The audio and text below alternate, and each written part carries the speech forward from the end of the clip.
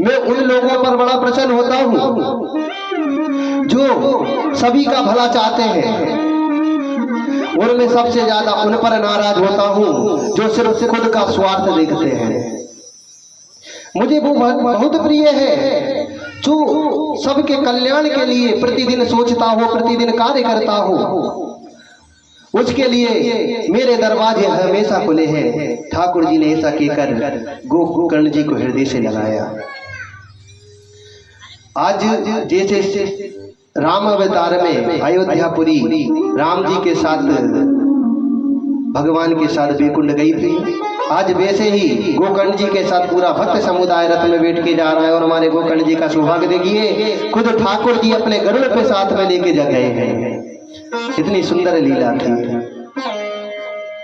फिर शौनकादि ऋषियों ने कहा कि प्रभु आपने कथा तो बहुत महात्मा बहुत अच्छा सुनाया, महात्मा बड़ा उत्तम था। अब हमें कृपा करके बताइए कि भागवत कथा कराने की विधि क्या है, भागवत कथा कराएं कैसे, और भागवत में खर्चा कितना आता है। प्रातः तो यही होता है ना, जब हम कोई व्यास जी से बात करते हैं कथा की, तो सबसे पहले बात आती है कि महाराज जी इसमें खर्चा कितना लगेगा। तो यही बात शौनकादि ऋषियों ने भी सूत जी महाराज से पूछी। सूत जी महाराज ने कहा चिंता मत करो, इसमें खर्चा कुछ नहीं है, खर्चा उतना ही है जितना एक कन्या के विवाह में लगता है। बस ये है अपने सामर्थ्य के अनुसार कर लो, जितना सामर्थ्य हो। कन्या के विवाह में अगर आपसे पूछा जाए कि कितना पैसा लगता है, बता सकते हैं आप? भाई कोई छोटे तरीके से करता है, कोई टेंट लगाया, व्यवस्था करी, हो गया। किसी ने सुरुचि भोज रख दिया, किसी ने रुचि भोज रख दिया, नाना प्रकार के भोजन, जैसी व्यवस्था, जितने धन की व्यवस्था उतने ही धन से कथा में भी उतना ही सहयोग लगता है जैसा एक कन्या के विवाह में लगता है। और कहा कि वक्ता को ऐसे चिन्हित करना चाहिए। वक्ता कैसा हो कि विरक्तो वैष्णवो विप्रा वेद शास्त्र विशुद्धिकृता दृष्टांत कुशलो धीरो वक्ता कार्योति निष्प्रह। कैसा वक्ता हो? सर्वप्रथम तो विरक्तो वैष्णवो विप्रा, विप्र ब्राह्मण होना चाहिए वक्ता। फिर ब्राह्मण होने के बाद पुरुष होना चाहिए, पुरुष होने के बाद धीर होना चाहिए, और विरक्त जिसकी मानसिक स्थिति, जिसकी मन की जो सोच है सब उसके संयम में होनी चाहिए। सभी इंद्रियों से उसे विरक्त होना चाहिए, सभी भावनाओं से उसे विरक्त होना चाहिए। ऐसे वक्ता के बारे में बताया और कहा कि दृष्टांत कुशलो धीरो वक्ता, दृष्टांत कुशल होना चाहिए, दृष्टांत को समझा सके।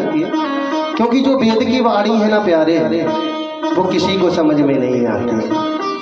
और क्योंकि देवताओं की वाणी है, संस्कृत भाषा, अगर संस्कृत में ही पूरी कथा यहाँ की जाए तो किसी को समझ में आएगी? नहीं आएगी ना। तो कथा वक्ता ऐसा आना चाहिए जो अपनी शब्द शैली के अनुसार आपको कथा समझा जा सके। दृष्टांत भी देना चाहिए, यही नहीं कि मूलतः कथा पे ही बोलता रहे। कथा तो बोले ही, साथ में कथा से जुड़े हुए दृष्टांत भी दे। और कम से कम 2 ब्राह्मणों को वर्णित करना चाहिए। जैसे हमने यहाँ पर 2 ब्राह्मण वर्णित है अपने, जैसे 2 ब्राह्मणों को वर्णित करना चाहिए। एक ब्राह्मण देवता श्रीमद् भागवत कथा का मूल पाठ करते हैं, वो दूसरे ब्राह्मण देवता भगवत नाम संकीर्तन, ओम नमो भगवते वासुदेवाय नाम मंत्र का जाप करते हैं। ऐसे 2 ब्राह्मणों को नियुक्त करना चाहिए। और संगीतकारों का भी चयन बड़े सुंदर भाव से करना चाहिए। कि जिनके भजन आप सभी को श्रोतागणों को प्रिय लगे।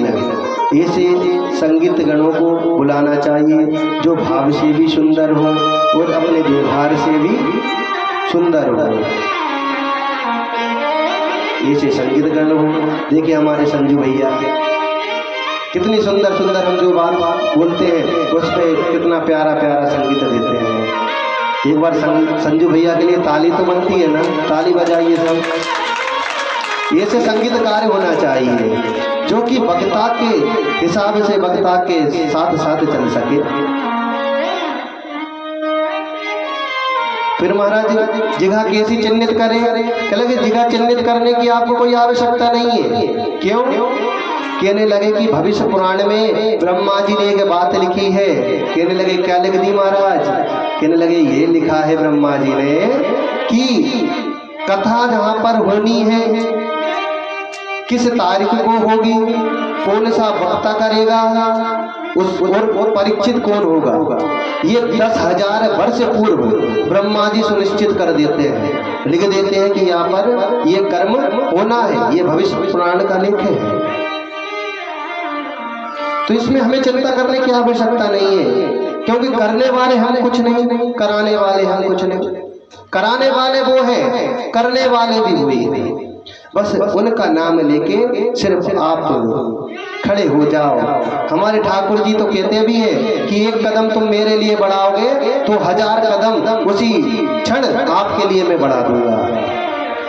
गजराज ने सिर्फ हरि नाम उच्चारण करा, हा बोला, इतने में ठाकुर जी अपने बैकुंठ से आ गए और री बोलते तक, हा बोलते ठाकुर जी गरुड़ के उससे मणि पर्वत तक आ गए और री बोलते ही उद्धार कर दिया। यानी हरि नाम पूरा नहीं हो पाया, उससे पहले ही ठाकुर जी आ जाते हैं। भावना इतनी सुंदर होनी चाहिए। यहाँ पर कथा की विधि बताई, उसके बाद कथा में प्रवेश किया शिशु जी महाराज ने। तो अभी तक हम जो कथा सुन रहे थे, अब आप कहोगे कि कथा में प्रवेश किया महाराज, फिर इतनी देर से आप भूल क्या रहे हैं? इतनी देर से आप हमें कथा श्रवण करा रहे हैं, तो कौन सी कथा श्रवण करा दी? अभी तो आपने कथा में प्रवेश ही नहीं किया।